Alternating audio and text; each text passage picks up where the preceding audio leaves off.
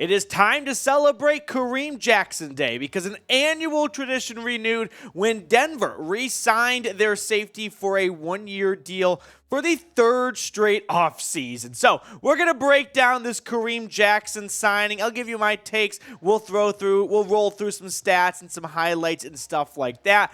But for season number 5, K-Jack is back to Mile High. Adam Schefter, the first one, reporting the news that the veteran safety, a former first-round pick from 2010, is returning to the Broncos on a one-year deal. And I'm looking at his contract details. If you remember, he signed a 3-year contract coming over from Houston, and now this is the third straight offseason where he has signed a one-year deal. So Denver always thinks they only want just one more season of K-Jack, and he always leaves them wanting more. His goal is to play for 15 seasons in the NFL, and he is pretty close to accomplishing that goal, and Denver continues to just throw a little bit more money his way for a one-year deal. Now, never miss a Broncos signing when you are subscribed. We put out a video on the channel about 2 hours ago or so. The news broke, got back in the lab with the producer, and we got a video out to you guys ASAP. So make sure to subscribe. Plus, we're super close to our next milestone, 14,000 subs. Hit that big sub button if you have not already. Now, some more background information on Kareem Jackson. He is entering his 14th season. Last year, he started all 17 games for the Broncos. He has been very available throughout his entire NFL career, and specifically with the Broncos. Like missing a game or two here and there, some PED suspension. 4 years ago now? 3 years ago now? Something like that. But he looks like he is coming back to start alongside Justin Simmons. When you look at Denver's safety room, I thought the draft pick of J.L. Skinner from Boise State sort of signaled, hey, this time K-Jack isn't coming back on a one-year deal. But George and Sean Payton decide to bring back the reliable safety and not turn things over to either a rookie in J.L. Skinner, a second-year player in Delaren Turner-Yell, who didn't get a whole lot of opportunities last year to play, or Caden Stearns, one of my favorite players on this team, actually, but unfortunately, he has always struggled to stay healthy. So this may be a bit of a training camp battle. I don't know if if Kareem Jackson is cemented in as that strong safety right out the gate, or if they're going to wait and see if Caden Stearns and J.L. Skinner can compete for him for that starting gig. Last year was pretty much handed over to K-Jack. I don't know if that's going to be the case this year, not because Kareem Jackson was bad last year. He was a very good safety last year, but maybe they want to see what they have in Caden Stearns and or J.L. Skinner, and they figured before we just give the job over to a young guy to be on the back end of this defense, let's bring Kareem Jackson in. We might run some more 3 safety sets. So one way or another, we're going to get lots of looks. I mean, I don't know exactly how this defense is going to look under Vance Joseph, if he wants to do what he's done in his past, or if he wants to cater to his personnel. Maybe there's some more 3 safety looks coming in 2023. But K-Jack comes off a year with 94 tackles, 3 pass breakups. He's never been a major ball hawk, but he has always been a very reliable safety who's not going to give up the big play, and he's not going to make a boneheaded mistake.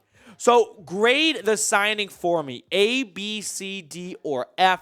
If you had to give it a letter grade, what grade would it be? I'm going to give you my grade in just a moment, but let me know what yours is down in the comment section below. To me, it's a B, right? I don't think it's an A signing. The guy's entering his 14th season. He's still a good safety, but he's not going to be a difference maker when it comes to this team going on a run or not. But it's not a C signing, right? We know Kareem Jackson. He knows this team, so you are getting some familiarity right now. You're getting a reliable player, but the reason why I'm maybe not giving it a B+ is I wanted to see what you have in Caden Stearns or a young safety like J.L. Skinner, right? See what the future could hold, because you know Kareem Jackson, you can't rule him out coming back on another one-year deal in 2024, but I think at some point you do have to think ahead a little bit. And Caden Stearns, I don't know if I'm the only one who is in the Caden Stearns fan club or if there are other people out there like me, but I think he's a very good safety. 4 interceptions, 9 pass breakups, and 2 sacks in only 20 career games. Now, there is a red flag when it comes to the injury, right? The injury history, that is. He's coming off a hip injury last year. He only played in 5 games. But raise your hands, who else remembers when Justin Simmons went down after week 1 last season and Caden Stearns stepped in and balled out against the Texans? Now, albeit a very bad Texans team, and Davis Mills is not him, but still, like, Caden Stearns is a good safety, and I'd like to see if he could be your safety for the future alongside Justin Simmons. And every year you bring back Kareem Jackson, you sort of push Caden Stearns down a little bit, and you don't get to see him break through necessarily. Now, when we look at Denver's defense as a whole, it's starting to get filled out pretty nicely. I mean, I think we can confidently say we know all 11 starters on the defensive side. Maybe that last defensive tackle spot is up for grabs next to DJ Jones and opposite of Zach Allen. But if everyone's healthy, those are your starting front 5.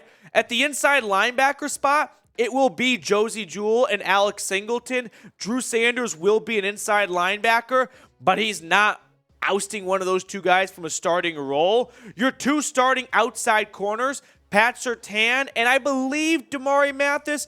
Maybe Riley Moss can push him for the starting job, but for now I'm going to lean towards Mathis in week 1 and K'Wan Williams in the slot. But don't sleep on the Iowa Hawkeye to take someone's job outside of Surtain's in the cornerback room.